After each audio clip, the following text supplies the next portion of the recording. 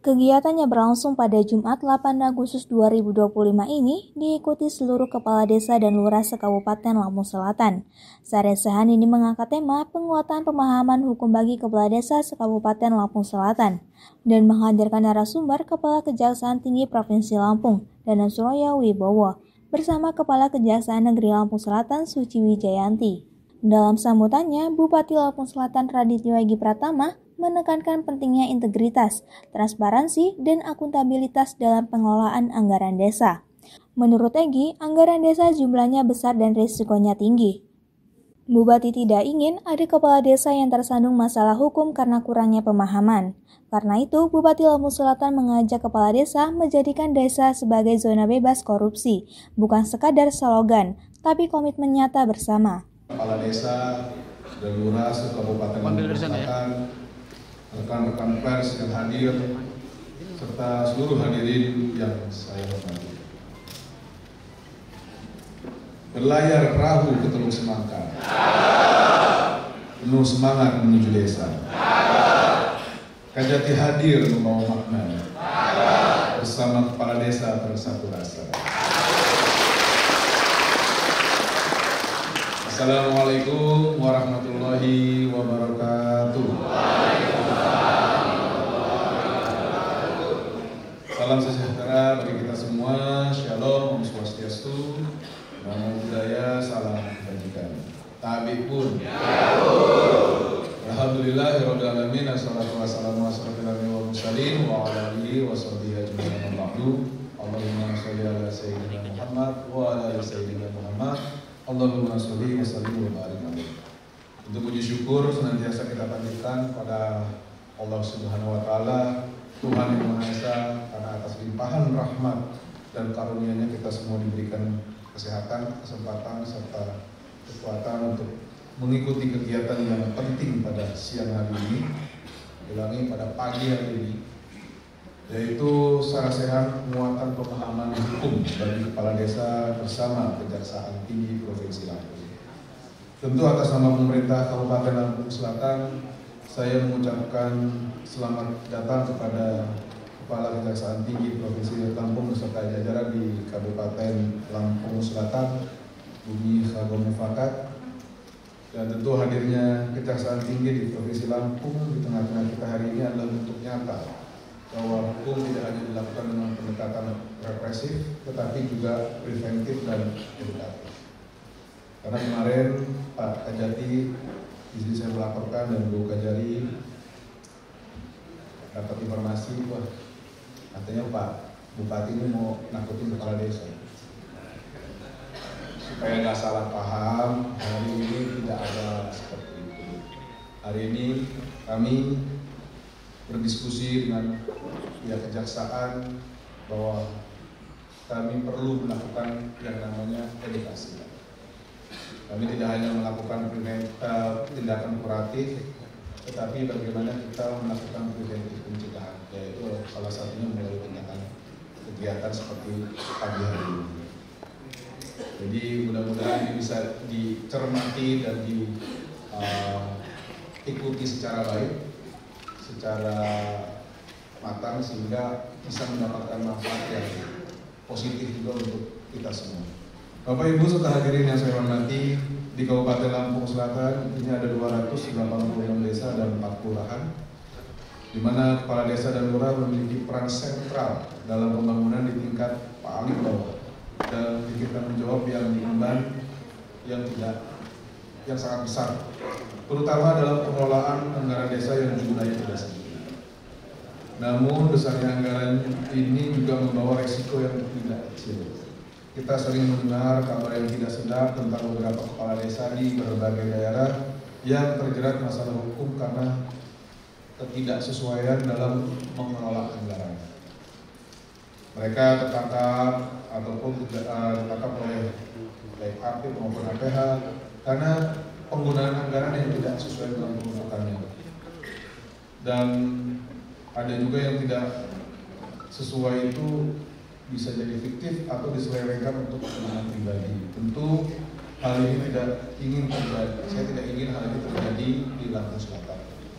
Oleh karena itu, melalui saran-saran ini saya berharap Dan saya mengajak seluruh kepala desa dan lurah untuk dapat memanfaatkan kesempatan emas dalam meningkatkan pemahaman hukum, khususnya terkait tata kelola keuangan desa. Bapak Ibu sekalian, ini tidak mudah meminta waktu Pak Kajati. Kehadiran Pak Kajati hari ini adalah suatu bentuk kepedulian kepada Bapak Ibu sekalian. Jadi saya minta tepuk tangan dulu kepada Bapak. Pastikan Bapak Ibu semua setiap rupiah anggaran desa yang digunakan itu dapat dilakukan secara transparan, akuntabel, serta tepat sasaran demi kemajuan desa Bapak Ibu sekalian. Hadirin yang saya hormati, sebagai kepala daerah saya menyadari betul bahwa ujung tombak pembangunan ini salah satunya adalah kepala desa dan lurah. Bapak Ibu sekalian adalah pemimpin yang paling dekat dengan rakyat, yang memahami denyut nadi dan persoalan di akar rumput. Tanggung jawab ini bukan hal yang ringan. Yang perlu kita ketahui, sejak diterbitkannya Undang-Undang Nomor 6 Tahun 2014 tentang desa tidak lagi menjadi objek pembangunan, tapi telah menjadi subjek utama pembangunan. Namun di sisi lain, kewenangan besar yang diberikan kepada desa merupakan sebuah tanggung jawab besar, khususnya dalam tata kelola keuangan dan kepatuhan terhadap regulasi yang berlaku. Namun belakangan ini kita melihat banyak peristiwa yang menjadi sorotan, terutama tentang penggunaan dana desa dan dana alokasi desa oleh kepala desa yang menyimpang. Saya tidak ingin mendengar ada kepala desa yang tersandung kasus hukum karena ketidakhati-hatian atau bahkan kesengajaan dalam mengelola dana tersebut. Ada sebuah adagium klasik yang menyatakan bahwa power tends to corrupt, absolute power corrupts absolutely, yaitu kekuasaan itu cenderung untuk korup dan kekuasaan yang absolut akan korup secara absolut. Oleh karena itu, integritas menjadi fondasi utama bahwa seorang pemimpin terutama di tingkat desa harus memiliki integritas yang kuat dan teguh sehingga tidak tergoda oleh kepentingan pribadi ataupun kelompok. Bahkan seorang almarhum Gus Dur pernah berkata, kepemimpinan itu bukan soal jabatan, tetapi soal pengabdian. Maknanya sangat dalam bahwa jabatan adalah amanah, bukan ladang untuk memperkaya diri. Saya mengajak dan berpesan agar kita semua, terutama para kepala desa, menjadikan desa kita ini sebagai zona bebas korupsi. Dan ini saya berharap tidak hanya sekedar slogan, melainkan sebuah komitmen penuh untuk kita lakukan secara bersama-sama. Kepada seluruh kepala desa dan lurah, saya memberikan apresiasi yang setinggi-tingginya atas dedikasinya selama ini. Teruslah bekerja dengan hati, berinovasi, dan melayani masyarakat secara tulus.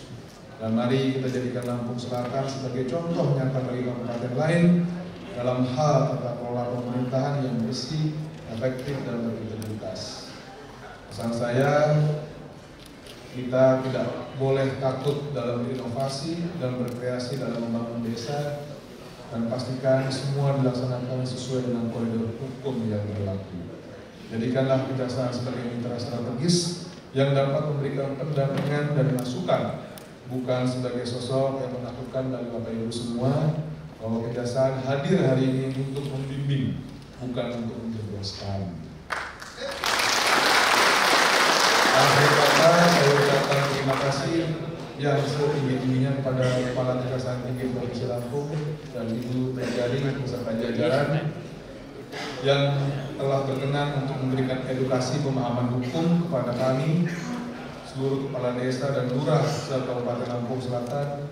Saya berharap wawancara saya ini dapat memberikan pencerahan dan memperkuat komitmen kita bersama serta menumbuhkan semangat kebersamaan. Mari bersama-sama kita wujudkan Lampung Selatan maju. Bismillahirrahmanirrahim. Terima kasih. Wallahul muwaffiq ila aqwamit thoriq. Billahi taufiq wal hidayah. Wassalamualaikum warahmatullahi wabarakatuh. Shalom, Om Santi, Santi, Santi Om, Namo Buddhaya, salam kebajikan.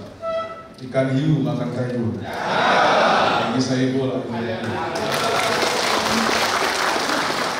Boleh mengucapkan terima kasih. Sementara itu, Kepala Kejaksaan Tinggi Lampung, Danang Suraya Wibowo mengingatkan, jabatan Kepala Desa adalah amanah yang rawan sorotan hukum.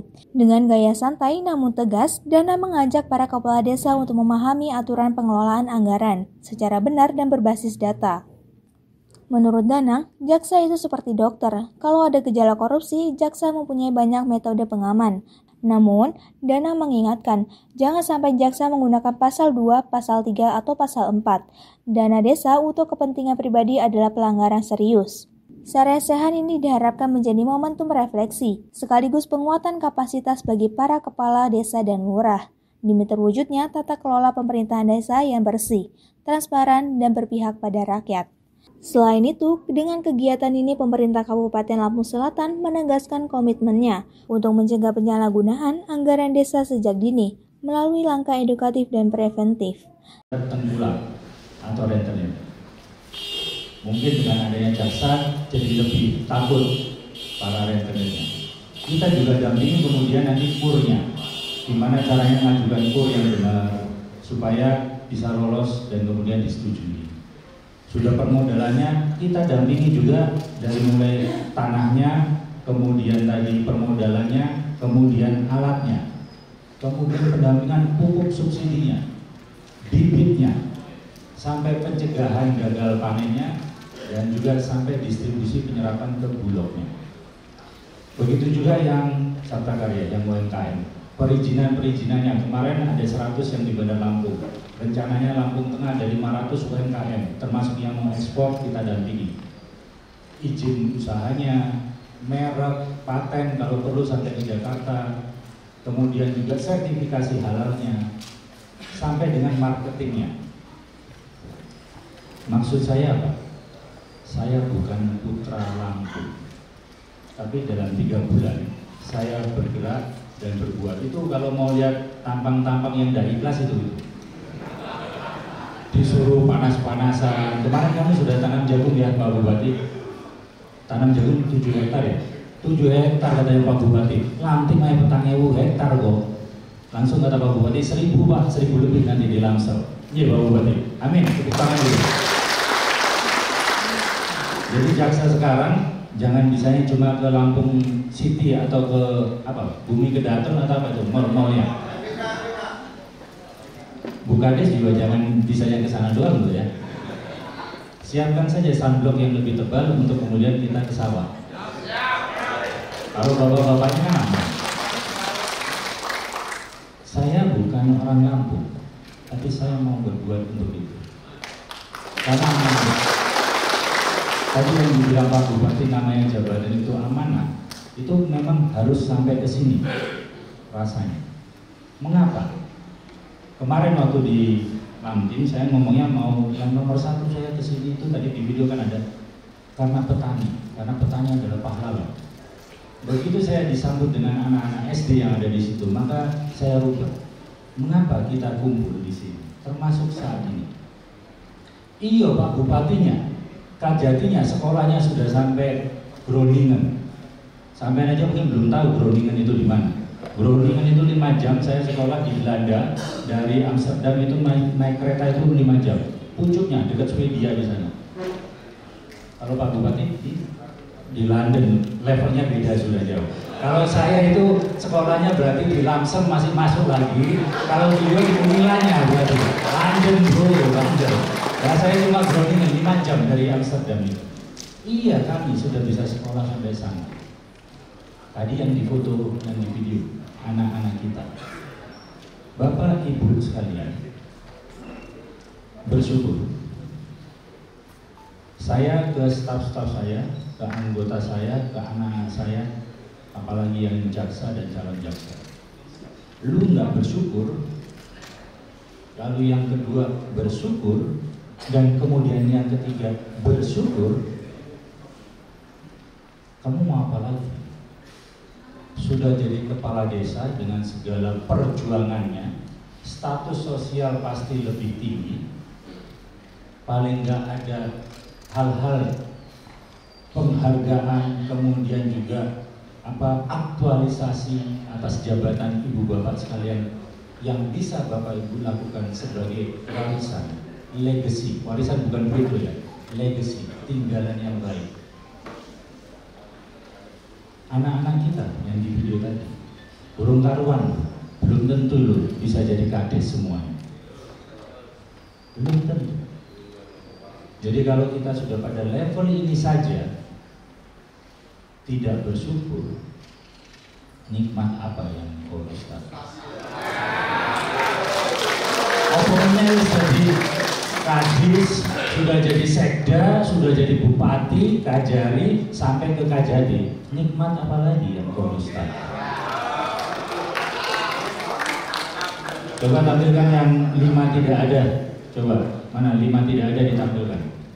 Maka dari awal saya sudah langsung saya sampaikan. Saya tidak ngomong baru di sini.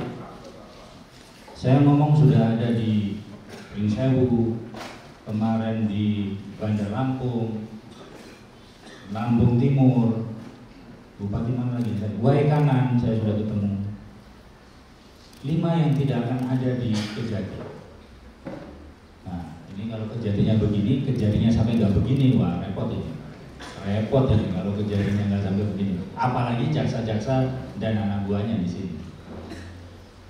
Komitmen saya pribadi tidak akan ada main-main desa. Ini direct comment, perintah langsung dari Pak Jaksa Agung. Jadi kalau di sini masih ngumpulin sosialisasi 1 jutaan, diminta sama kasih intel atau jaksa, kali 200 seket papat, masih ada Pak Bu jaksa yang minta begitu untuk coba tidak, jangan lakukan. Kalau usah 1 juta lah, 500.000-an, ada enggak? Lumayan loh, 200 seket kali 1 juta, 250 juta. Nek 500.000-an wis 100 juta, lumayan Rek. Lampung Selatan tidak ada, alhamdulillah. Ibu bapak sekalian, tidak akan ada main-main dengan itu. Dan mereka sudah paham resikonya.